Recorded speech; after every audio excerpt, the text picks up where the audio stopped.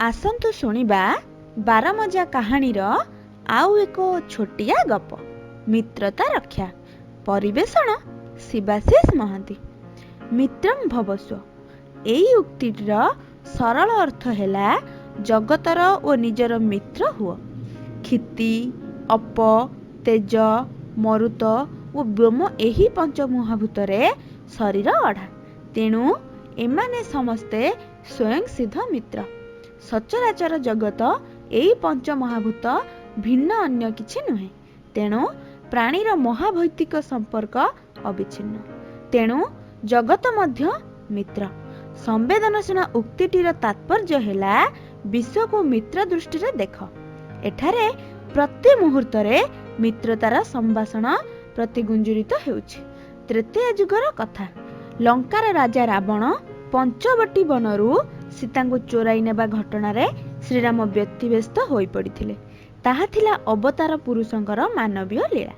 संजोग क्रमे बानर राजा सुग्रीवंग सहित तांकर मित्रता स्थापित होइथिला। जेउ सुग्रीव बाली द्वारा उत्पीड़ित होई पर्वत गुंफारे रहिथिले सेही सुग्रीव मित्रता पालन करी लंकापुरी सीता को उद्धार करिबारे साहाय्य करिथिला।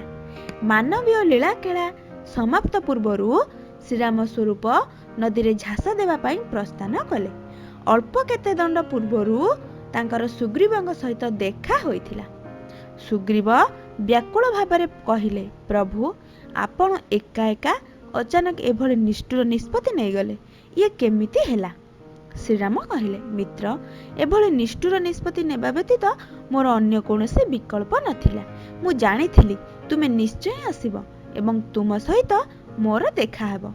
मित्र हृदयर स्पंदन मित्र हृदय को तथैव स्पंदित करिथाय। जे मित्र से मित्र हृदयर भाव बुझी थाए। मित्रता रक्षा करिबा मोर धर्म। सुग्रीव कहिले, प्रभु मित्रतार गूढ़ रहस्य आपण मते बुझाई देले। तेबे मोर अनुरोध आपण मते जला समाधि नेबाकू अनुमति दियंतु, जेपरि आपणक सहित मु एक पथरे जाई परिबी। श्रीराम और सुग्रीव प्रसंग मित्रतार एक उदाहरण। मित्र सांग बंधु सामर्थ्यबोधक शब्द हेले मध्य मित्र शब्दर स्वतंत्रता रहिछि। वृक्षलता पशुपक्षी पहाड़ पर्वत बण जंगल समस्ते महाभौतिक मित्रतारे अनुबंधित। महाभारत युद्धरे कर्ण एक मित्र वत्सल चरित्र। हनुमान जेतेबेले कर्ण को अन्याय अधर्म अनीतिर पक्ष त्याग करी पांडवों को सहयोग करने को परामर्श देइथिले कर्ण विरक्त होइथिले। हनुमान को हाथ जोड़ी कहिथिले, मते जे पंकगतार उद्धार करी मोर परिचय प्रदान करिथिले सेई दुर्योधनक सहित मु मित्रता रक्षा करिछि।